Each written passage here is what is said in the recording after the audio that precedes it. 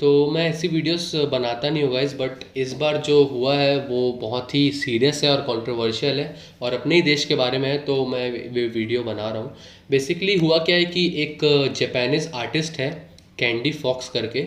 उसने एक गाना निकाला है इंडिया के ऊपर। करी पुलिस उस गाने का नाम है, और आज उस गाने का सच मैं आपको बताने वाला हूँ इस वीडियो में। बेसिकली उसने इंडिया की पूरी तरीके से बेइज्जती करने की कोशिश की है, इंडिया के कल्चर की, इंडिया के खाने की पूरी तरह से बेइज्जती करने की कोशिश की है अपने सॉन्ग के थ्रू। और पता नहीं उन्होंने कोशिश की है या उनको पता नहीं था, मतलब जो भी है, जो भी उन्होंने बनाया है गाइज, वो मतलब पूरी तरह से इंडिया के खिलाफ दिखता है अगर आप उस गाने को देखोगे और उनके उनके लिरिक्स को आप सुनोगे तो। उन्होंने ऐसा दिखाने का कोशिश किया है कि इंडिया के लोग सिर्फ करी और नान खाते रहते हैं दिन भर। उनको जब भी मतलब उनके पास खाने के लिए कुछ नहीं है, सिर्फ करी और नान ही है, करी और नान ही है।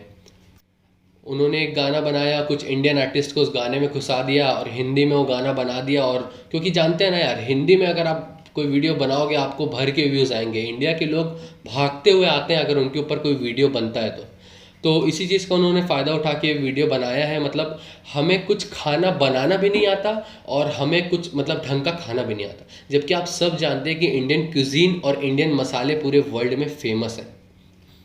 उनके कुछ लिरिक्स में से अगर आपको मैं आप दिखाऊं तो इसमें लिखा है, करी है इनके ख्वाबों में, करी के अलावा मैं कुछ नहीं खाऊंगा, नहीं तो मैं नंगा नाचूंगा। इस तरीके के मतलब वही वाहियात और इलॉजिकल से इन लोगों ने लिरिक्स ऐड किए हैं अपने सॉन्ग में। मतलब गलत तरीके से इंडिया को दिखाने की पूरी कोशिश करी है इन लोगों ने।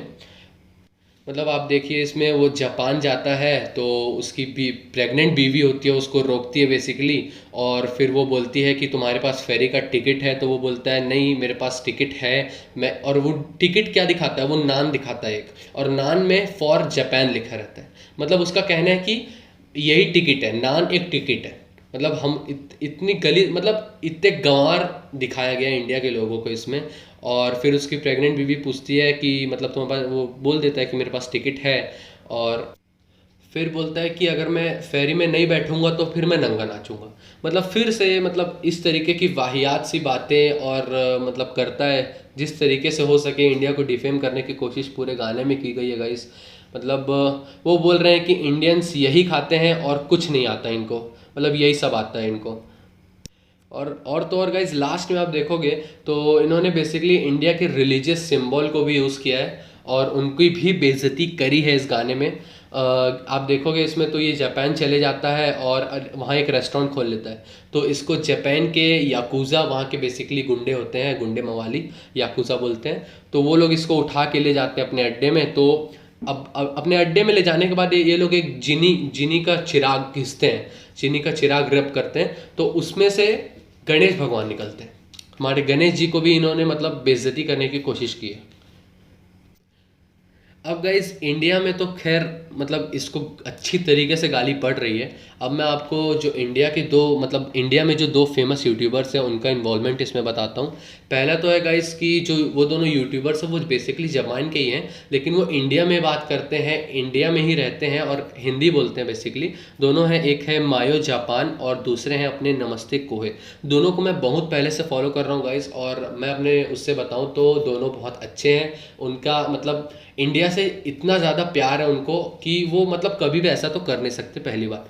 और दूसरी बात ये है कि इन दोनों यूट्यूबर्स को भी बहुत इंडिया की ऑडियंस की तरफ से हेट मिल रहा था। और सबसे पहले मायो जापान की बात करें तो उनको ये कहा जा रहा था कि उनकी भी वॉइस यूज़ करी गई है इस गाने में।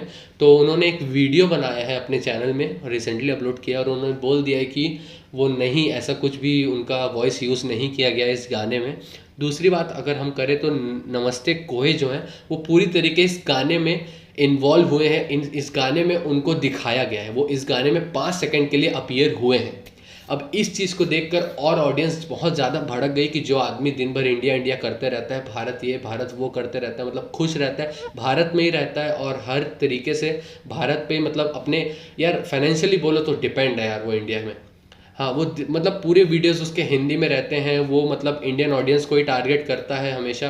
तो लोग हमेशा इमोशनल होते हैं ना इंडिया के लोग, तो उससे गुस्सा हो गया। तो उसने भी बेसिकली एक वीडियो बनाया जिसमें इंडियन ऑडियंस से उसने अपोलोजाइज किया है, सॉरी बोला है कि उसको मतलब मेकर से उसका कोई भी रिलेशन नहीं है, उसने वीडियो बनाने में कोई भी मतलब अपना इन्वॉल्वमेंट नहीं किया है। बस उसको एक मेकर्स ने रिक्वेस्ट करी थी कि वो 5 सेकंड के लिए वीडियो में आए, तो बस उसने इतना किया और अपनी वॉइस दी है।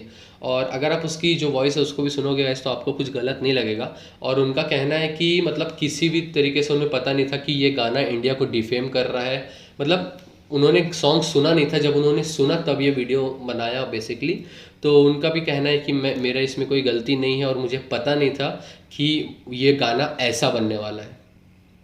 तो गाइज़ मैं इतना ही चाहता हूँ कि आप लोग जितना हो सके इसको शेयर कीजिए और वहाँ तक बात पहुँचाइए। अभी भी शायद उसने करी पुलिस गाने को डिलीट नहीं किया है, और जो भी इस पे वीडियो बनाया उसमें फटाफट कॉपीराइट क्लेम आते जा रहा है। तो मैंने इससे पहले एक वीडियो बनाया था जिसमें आपको वो पूरा गाना मैंने दिखाया है। अगर आप चाहते हो तो वो गाना देख सकते हो मेरे चैनल में, जो पिछली वीडियो है उसमें वो पूरा गाना पड़ा हुआ है, आप पूरा गाना देख सकते हो। अगर कहीं से वो गाना डिलीट हो गया होगा तो आप मेरे चैनल में उसको देख सकते हो पिछला। और इस वीडियो को मैं इसलिए बनाना पड़ा क्योंकि उसमें कॉपीराइट क्लेम आ गया था वैसे।